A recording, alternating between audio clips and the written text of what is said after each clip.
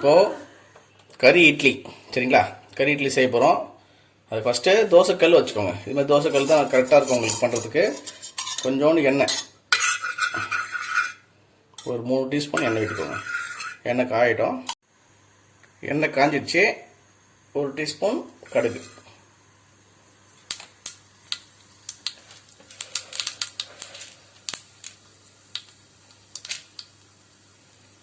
அரை டீஸ்பூன் உளுத்தம்பருப்பு போட்டு லைட்டாக கடுகு உளுந்தும் பொரியட்டும்.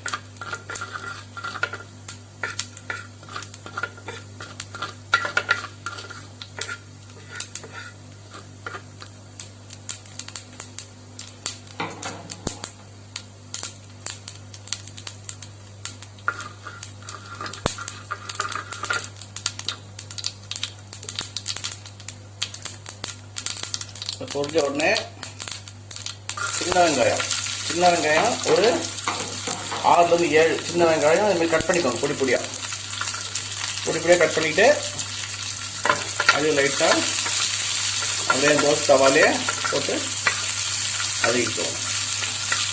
இது சின்ன வெங்காயம் பொடி நல்லாயிருக்கும் டேஸ்ட்டு. ஒரே பீஸு காஞ்ச மிளகா கிள்ளி போட்டுக்கோங்க. காஞ்ச மிளகா வந்து ஒரு அடிஷ்னல் ஃப்ளேவர் கொடுக்கும். போட்டு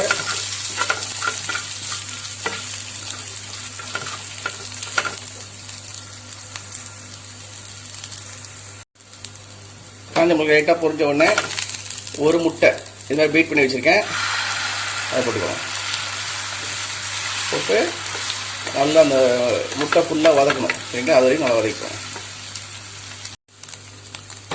முட்டை நல்லா வதங்கினோடனே இது வந்து சிக்கன் குழம்பு ஆக்சுவலாக வச்சோம்.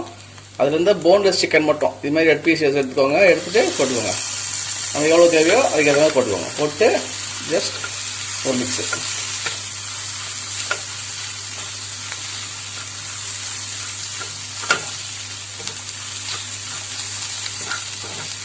இந்த டிஷ் வந்து சவுத் சைட்லலாம் ரொம்ப ஃபேமஸ். இந்த முட்டை இட்லி, கறி இட்லி அதெல்லாம் சூப்பராக போட்டுருவாங்க அவங்க. மெயினாக அந்த குழம்பு தான், நம்ம வைக்கிற அந்த சிக்கன் குழம்போ இல்லை மட்டன் குழம்பு இருக்குங்களே, அதோட ஃப்ளேவர் தான் மெயின். அது வந்து உள்ளே நல்லா இறங்கணும். அப்புறம் இட்லி, நல்ல ஒரு சாஃப்ட் இட்லி.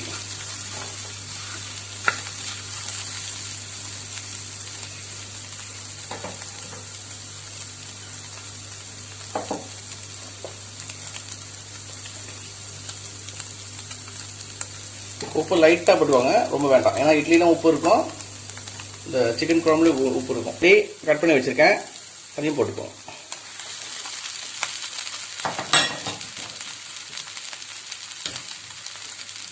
போட்டுட்டு இட்லி நல்லா மிக்ஸ் ஆகும் அந்த இது கூட, கறி கூட. ஸோ ஃப்ளேமை ஸ்லோவாக வச்சுக்கோங்க. ஸ்லோவில் வச்சுட்டு ஜஸ்ட் ஒரு மிக்ஸ் கொடுத்துக்கோங்க.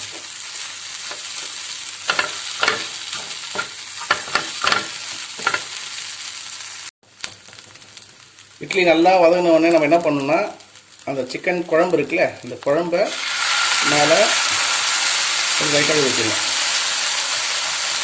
போட்டுட்டு இன்னொரு மிக்ஸ் போட்டுவாங்க. அந்த இட்லி என்ன ஆகும்னா அந்த குழம்பு ஃபுல்லாக உறிஞ்சி அந்த ஃப்ளேவர் ஃபுல்லாக இறங்கிடும் அதில் சரிங்களா. ஜஸ்ட் 2 minutes வதக்கிட்டு பெப்பர் போட்டுட்டு இறக்கலாம்.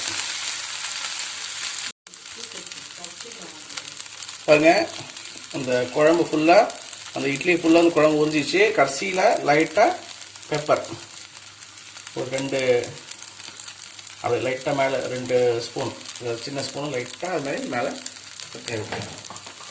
போட்டுட்டு லைட்டாக மிக்ஸ் கொடுத்துட்டு நம்ம இறக்கலாம்.